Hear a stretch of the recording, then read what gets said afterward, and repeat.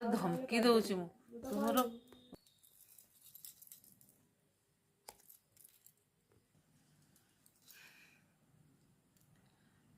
जय जगन्नाथ पिलाने साहित्यान चैनल को समस्त स्वागत।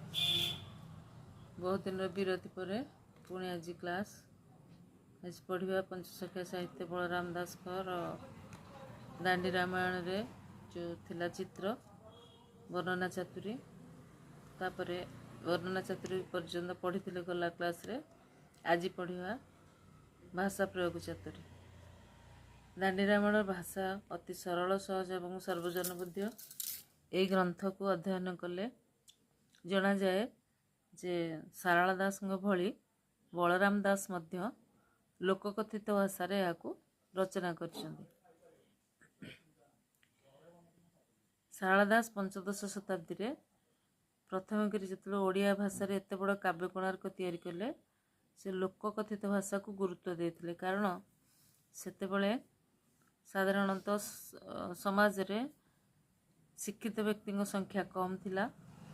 जो माने संस्कृत साहित्य पढ़िबा बुझिबा सहज हो नथिला जो मानक पई से भली किछि बहु परिमाण लोक थिले।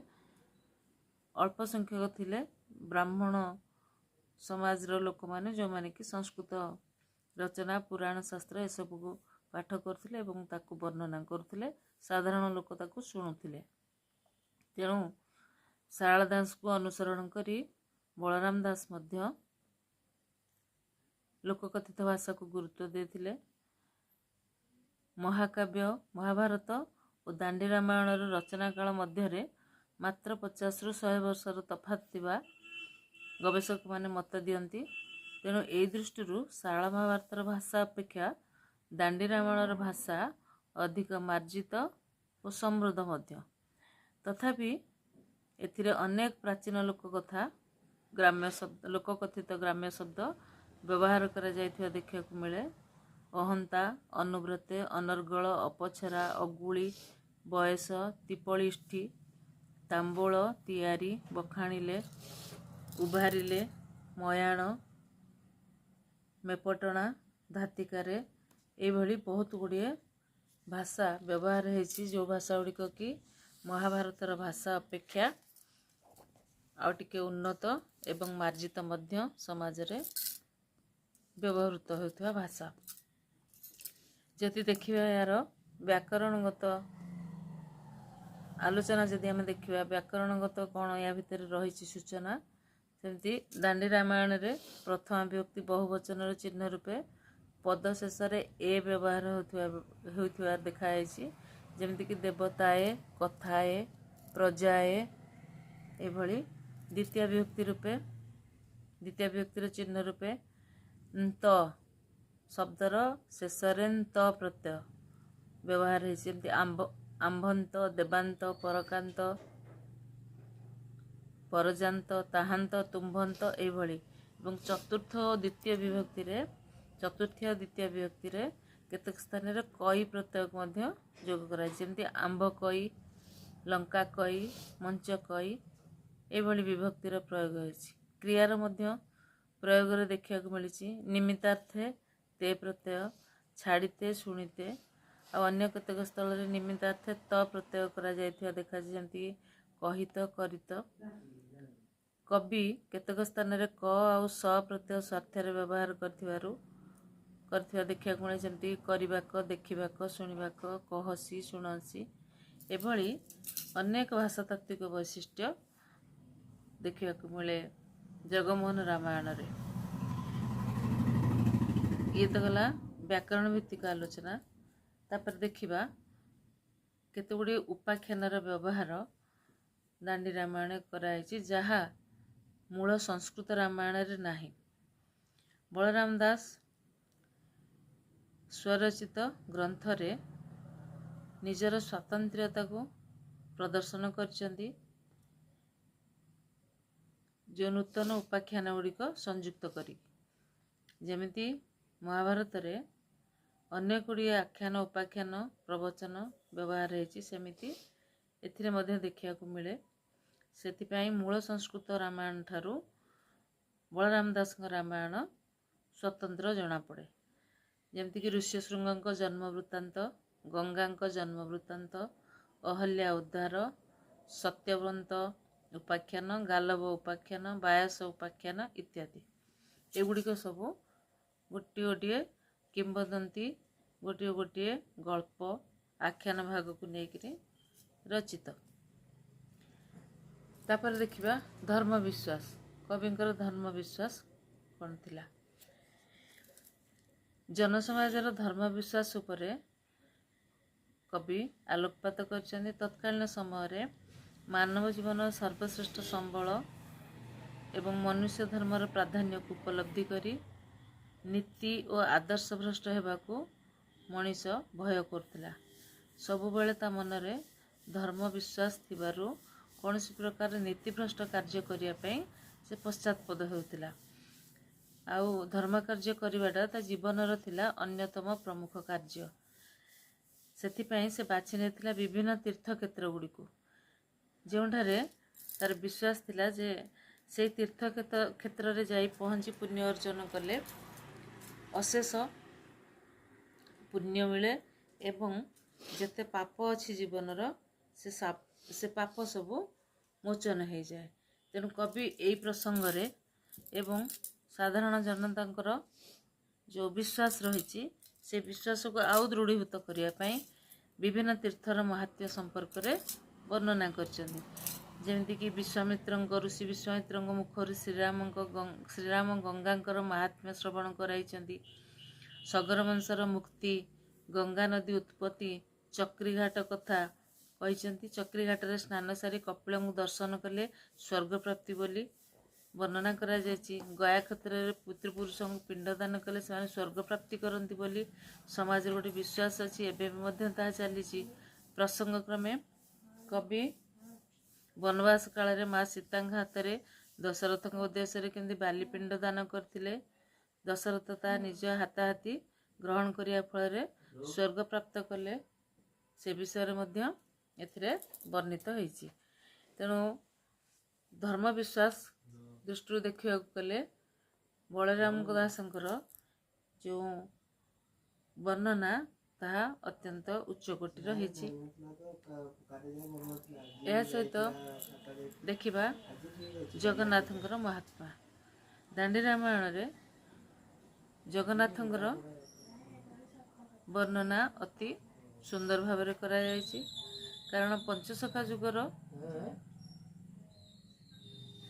पंचसखा कवि मानकर मुख्य आराध्य देवता होचंती महाप्रभु श्री जगन्नाथ। तेणु पंचसखा जुगर साहित्य रे महाप्रभु श्री जगन्नाथ होचंती प्रमुख अंग। तांकर परम भक्त कवि साधक बलराम दास तांको संपर्क रे निजर महान ग्रंथ मध्य वर्णना करी रही था किपरि। तेणु जगन्नाथ को वंदना गान करछन्ती ग्रंथ रे कवि बहु स्थान रे आदिकांड रे कवि प्रभु को वर्णना करछन्ती। एही वर्णना रे कवि जगन्नाथंकर रूप वर्णना, श्रीक्षेत्र महिमा, जगन्नाथंकर महिमा अति सुंदर भाव वर्णना करछन्ती। महाप्रभु को करुणा फल रे से ए महापुराण रचना करिया को समर्थ होइछन्ती बोली शेष पर्याय रे स्वीकार करछन्ती।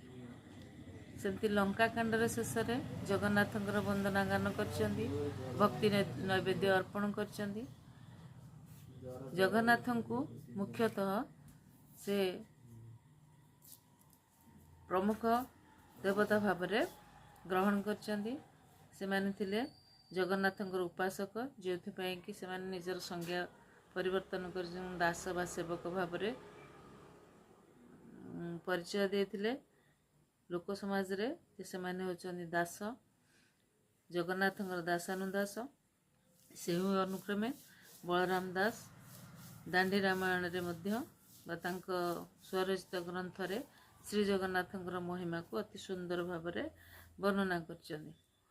तेबे बलराम दास जगमोहन रामायण ओडिया साहित्यर महान काव्य। भगवान श्रीरामचंद्र अमलिन व्यक्तित्व और जीवन चित्र एथिरे रूपायित। मानव धर्म आलोचित हेउथिले हैं। से स्वयं विष्णुंकर अवतार बोली निजे ग्रहण करछन्ती बलराम दास।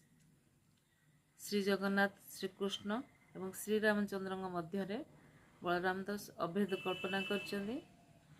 ବଳରାମ ଦାସ ବାସ୍ତବରେ ତାଙ୍କର ରଚନା ପାଇଁ, ତାଙ୍କର ବର୍ଣ୍ଣନା ପାଇଁ, ତାଙ୍କର ସାମଗ୍ରିକ କୃତିତ୍ୱ ପାଇଁ କବିଗୁରୁର ଆସନ ଅଧିକାର କରିଛନ୍ତି ପଞ୍ଚସଖା ସମାଜ ଭିତରେ ଜ୍ୟେଷ୍ଠ ଭାବରେ। ତେବେ ଏହାପରେ ଦେଖିବା ତାଙ୍କର ଅନେକ ଗୁଡ଼ିଏ ଆଖ୍ୟାନମୂଳକ ବା କାହାଣୀ ଧର୍ମୀ ରଚନା। ଗୋଟିଏ ହେଲା ଭାବ ସମୁଦ୍ର।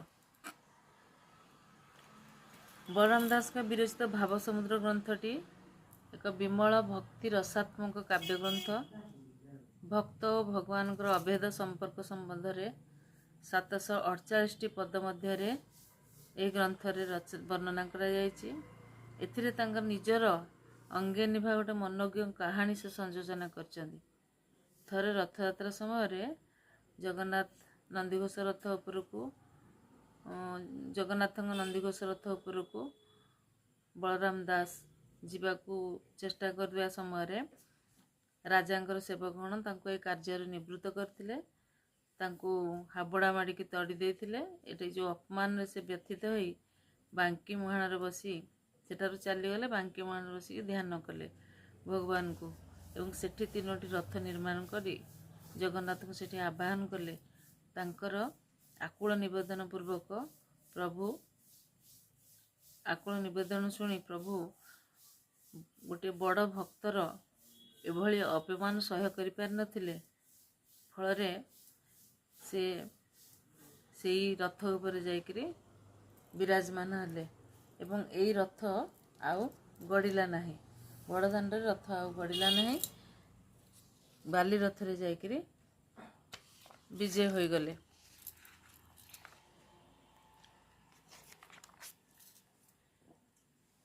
ଯେତେବେଳେ ଆଉ ରଥ ଗଡ଼ିଲା ନାହିଁ ସେତେବେଳେ ସମସ୍ତେ ବ୍ୟସ୍ତ ବିବ୍ରତ ହୋଇଗଲେ। ରାଜା, ଉପସ୍ଥିତ ସେବକ, ଭକ୍ତମଣ୍ଡଳୀ ସମସ୍ତେ ବ୍ୟସ୍ତ ବିବ୍ରତ ହୋଇଗଲେ। ନନ୍ଦିଘୋଷ ରଥ ଗଡ଼ିଲା ନାହିଁ। ତାପରେ ରାଜା ଜଗନ୍ନାଥଙ୍କ ନିକଟରେ ଶରଣାପନ୍ନ ହେଲେ। ଜଗନ୍ନାଥ ସ୍ୱପ୍ନାଦେଶ କଲେ ଏବଂ ବଳରାମ ଦାସଙ୍କ ବିଷୟରେ ଯାଇକି କହିଲେ। ବଳରାମ ତାଙ୍କ ଯେଉଁ ମୁଖ୍ୟ ଭକ୍ତ ବିଷୟରେ କହିଲେ।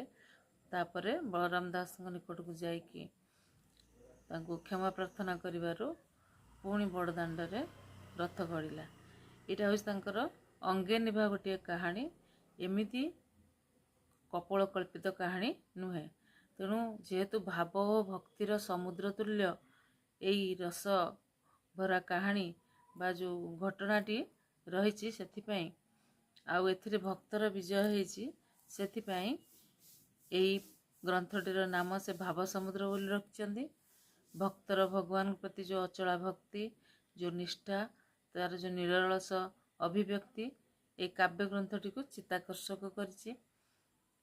ଆଉ ସେଥିପାଇଁ ଏହା ବହୁ ଜନାଦୃତ ଗ୍ରନ୍ଥ ଭାବରେ ପରିଚିତ। ସମୟ ସମୟରେ ଲୋକମାନେ ବଳରାମ ଦାସଙ୍କୁ ଉଦାହରଣ ଭାବରେ ଗ୍ରହଣ କରିଥାନ୍ତି। ଆଉ ଏହାର ଭାଷା ହେଉଛି ସହଜ, ସରଳ ଏବଂ ସର୍ବଜନବୋଧ୍ୟ। ତାପରେ ଆଉ ଗୋଟିଏ ରଚନା ରହିଛି ଯେମିତିକି ବଟ ଅବକାଶ। ଏଇ ଗ୍ରନ୍ଥଟି ମଧ୍ୟ ଗୋଟେ ଭକ୍ତି ରସାତ୍ମକ ଗ୍ରନ୍ଥ। ଶ୍ରୀ ଜଗନ୍ନାଥଙ୍କର ଅବକାଶ ସମୟରେ କବି ବଳରାମ ଦାସଙ୍କ ଲଙ୍କା ଦର୍ଶନ ପ୍ରସଙ୍ଗ ବର୍ଣ୍ଣିତ ହୋଇଛି। ଏଥିସହିତ ଶ୍ରୀ ଜଗନ୍ନାଥଙ୍କର ଅବକାଶ ଏବଂ ବଳରାମ ଦାସଙ୍କ ଲଙ୍କା ଦର୍ଶନ ପ୍ରସଙ୍ଗ ବର୍ଣ୍ଣିତ ହୋଇଛି। ଏଥିସହିତ ବର୍ଣ୍ଣିତ ହୋଇଛି ଜଗନ୍ନାଥଙ୍କ ପ୍ରତି ତାଙ୍କର ଯେଉଁ ଅଟଳ ଭକ୍ତି, ତାର ଗୋଟେ ସୁନ୍ଦର କାହାଣୀ। ଏ ଯାହା ସବୁ ବି ସେ ବର୍ଣ୍ଣନା କରିଛନ୍ତି ତାଙ୍କ ଏଇ ରଚନା ଭିତରେ, ଭାବ ସମୁଦ୍ର ହେଉ, ବଟ ଅବକାଶ ହେଉଛି, ଏଇଟା ସବୁ ତାଙ୍କ ନିଜସ୍ୱ ଅଙ୍ଗେ ନିଭା କାହାଣୀ। ଏକଦା ଶ୍ରୀ ଜଗନ୍ନାଥ ସ୍ୱର୍ଣ୍ଣଝରି ଭଣ୍ଡାର ଘରେ ନଥିବାରୁ ପଣ୍ଡାମାନେ ଖୋଜାଖୋଜି କରି ଅନୁମାନ କଲେ ଯେ କିଏ ବୋଧେ ତାହା ଚୋରି କରି ନେଇଯାଇଛି। ଯାଇକି ରାଜାଙ୍କୁ କହିଲେ। ରାଜା ବଳରାମ ଦାସ କିଛି ସମୟ ପରେ ବଳରାମ ଦାସ ସ୍ୱର୍ଣ୍ଣଝରିଟି ନେଇ ପାଳିଆ ପଣ୍ଡାଙ୍କୁ ଦେଲେ। ସେ କେଉଁଠି ପାଇଲେ ଆଉ କଣ ତାଙ୍କୁ ମିଳିଲା ଆଉ କିଏ ନେଇଥିଲା ସେ ବିଷୟ ତାଙ୍କୁ କେହି ନ ପଚାରି ସିଧାସଳଖ ତାଙ୍କୁ ଚୋର ବୋଲି ସନ୍ଦେହ କରାଗଲା। प्रताप रुद्रदेव जो जानिले से बहुत दुख प्रकाश कले एवं कवि को उपदेश देले जदि अभाव पड़ता ताहले राजा को कही राजा तांकर अभाव दूर कर दे था कि एभली निंदनीय काम कहीं कले बोली पचारे निजर निर्दोषता प्रमाण करने को जाई स्वर्णझरीटी पाखरे किपरि पहुँचला से कथा बलराम दास कहले से कहले एपरिक गत रात्रि रे बलराम दास महाप्रभु श्री जगन्नाथ सहित विभीषण को दर्शन करने निमंते लंका यात्रा करते एक बलराम कहले राजा आगे लंका यात्रा काल रे कवि श्री जगन्नाथ स्वर्णझरीटी हाथ में धरी उभय लंका पहुँचा पर विभीषण दर्शन करी देवांग वस्त्र कला मल्ली फूलहार मुक्तामाल प्रभृति उपहार स्वरूप भेटी पाई विभीषण भेटी देते जगन्नाथ विभीषण को छुरी और खंडा प्रदान करते लंकार प्रत्यावर्तन पर जगन्नाथ श्री मंदिर भितर को गले बलराम दास मठ को जीवा बेले भूल स्वर्णझरीटी पाखरे रखी नहीं मात्र सकाळु स्वर्णझरी चोरी घटना शुणी से फेराइया को आसिले कवि विभीषण को प्रदत्त उपहार मान देखाइबार राजा प्रताप रुद्रदेव पंडितगण विस्मित होई बलराम दास महात्म्य विशेष रूप से प्रचारित कले जो से देखईदे जे विभीषण देखु यही उपहार आमको दे जो कला मल्ली फूल हार हार जो मुक्तामाल देवांग वस्त्र ये सब देखला पर से विश्वास कर प्रकृति ये लंका दर्शन करने जाते तेणु जगन्नाथ प्रति जो अनाबिल भक्ति तथा भक्त भगवान जो अभेद कल्पित होती बट अवकाश ग्रंथटी लोकप्रिय होती जदिव विषय वस्तुटी कपोल कल्पित तथापि यही अलौकिक कहानी द्वारा कलिजुगे भी विष्णु जगन्नाथ भक्त विभीषण बलराम प्रति दायित्व निर्वाह करथिया प्रकाश पाई ते भगवान जे भक्तर समस्त मनस्कामना पूर्ण करी पारंती ताहा कवि ए लंका दर्शन कविंकर जो लंका दर्शन जना पड़ुछि एथिरे सत्यता तो निश्चित अच्छी ता सहित रचनाटी को मनोज्ञ करने किसी कपोल कल्पित वर्णना सामिल होइछि यह रचना करने समय प्रसंग क्रम कवि बहु देवादेवी नाम रचना वर्णना कर उपसंहार गजपति प्रताप रुद्रदेव बलराम दास उक्ति प्रत्युक्ति छल जगन्नाथ महिमा प्रख्यापित होइछि एभली भाव में रचना दीटी अति सुंदर भक्ति रसात्मक रचना आज पिला माने क्लास एतिक थाओ नेक्स्ट क्लास रे परवर्ती विषय पढ़िबा मझिरे मझिरे शारीरिक असुस्थता एवं कर्मर विभिन्न प्रकार दायित्व बोध जो सीरियली क्लास देबार टिके असुविधा होची किछि दिन चलियो पुणी कंटिन्यूअस चलिबो जेतिकी क्लास बर्तमान दिया गलानी बर्तमान तुम से अनुसार नोट्स प्रिपेयर कर परीक्षा निहाती पाखापाखि रही गलानी चेष्टा कर प्रिपेयर होगापी और शॉर्ट क्वेश्चन करने अधिकार शेयर कर लाइक कर कमेंट कर सब्सक्राइब कर रहिले।